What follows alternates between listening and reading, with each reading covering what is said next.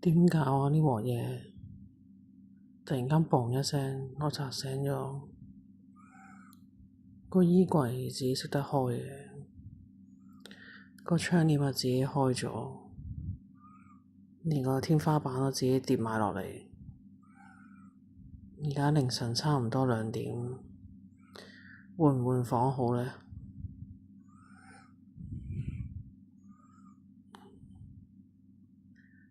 唉，真係好棘手啊！呢鑊嘢，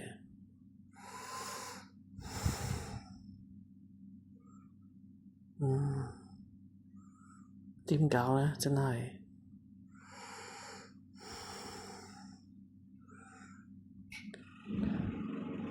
跟住頭先我個 friend 叫我搞佢個天花板，我話點搞啊，大佬？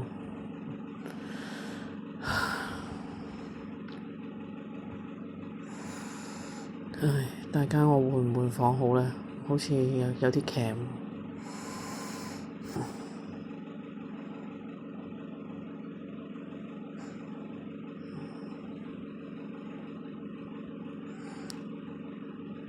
大家聽唔聽到好嘈？啲聲仲要發發聲，同埋呢細細個呢個窿呢，佢入邊嗰塊嘢又唔知點解填唔滿咁樣。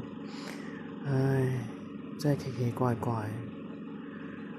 其實我諗緊會唔會個窿入邊係咪有人喺度啊？定係點樣呢？定係有其他嘢喺度呢？